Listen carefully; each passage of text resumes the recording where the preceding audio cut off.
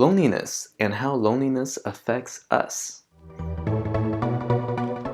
Hello, my name is Augustus, and I learn about social barriers and norms to help people become their true self in life. If you like this video, please hit subscribe and like. So today's topic, loneliness and how it affects us. I feel like there's this misunderstanding that all because someone looks okay, physically looks okay, then they must be okay. But most of the time, that can't be further from the truth. Our emotional health is sometimes a lot more important than our physical health. Because our physical health, you can see it. And if you get a scratch or a wound, it will heal over time on its own. But for emotional wounds, if you don't deal with that wound, it might stay with you throughout the rest of your lifetime. It might affect every single interaction you have with the people that comes after. And that's very painful. And this can be very damaging to us as a person. So today I want to talk about 2 points that loneliness can really affect us. Loneliness on a short term is okay. Like, it's okay to feel alone sometimes. But isolation on a long term can really alter us as a person and the way that we think. So the first way that alters is context. If we are removed from our society or from our community for long periods of time, we start to not know how to act inside that community once we come back in. We won't get the kind of humor that they are getting. We won't know how to act in certain situations. And that makes us feel awkward and makes them feel like they want to push us out because we are not acting in that context. We don't understand what is going on. And then the second way that isolation really affects us as a person is the emotional damage. So, us as human beings, we long for affection.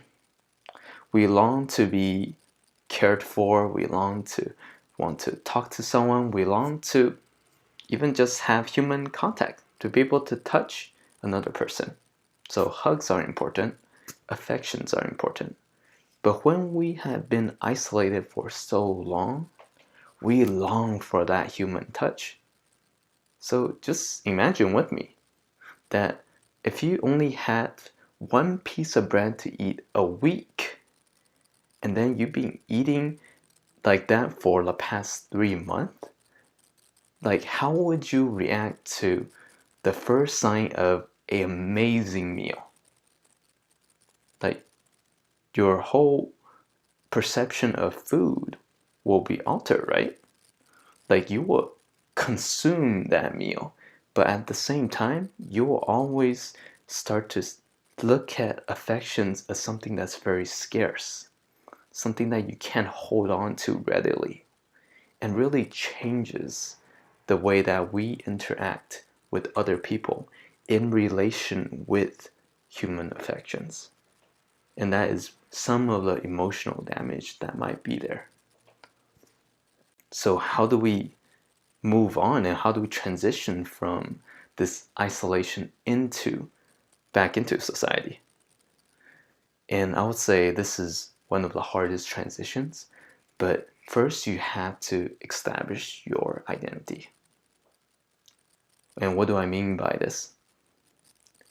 I mean that when you have a sense of identity, you have to start with yourself first before you try to interact with anyone else.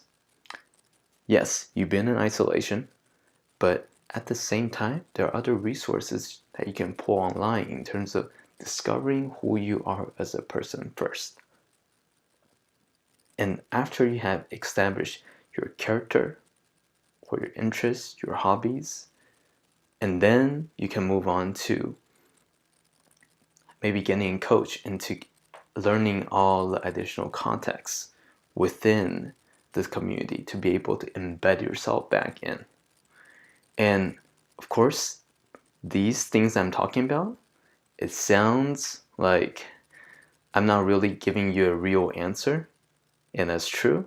But the truth is, this is a long, long journey, and it's not something a small portion, 5-minute video can give you the answers for. So I want to give you general steps that you can take in terms of finding your identity so that you can work through going back. And in terms of identity, I have done a video on this before, but basic steps are just asking, what do I like as a person? What are my interests? What are my passions? Look for those things to discover yourself as a person first. So that'll be the application. I hope you guys are doing well. Stay healthy, stay strong. Yeah, look after yourself.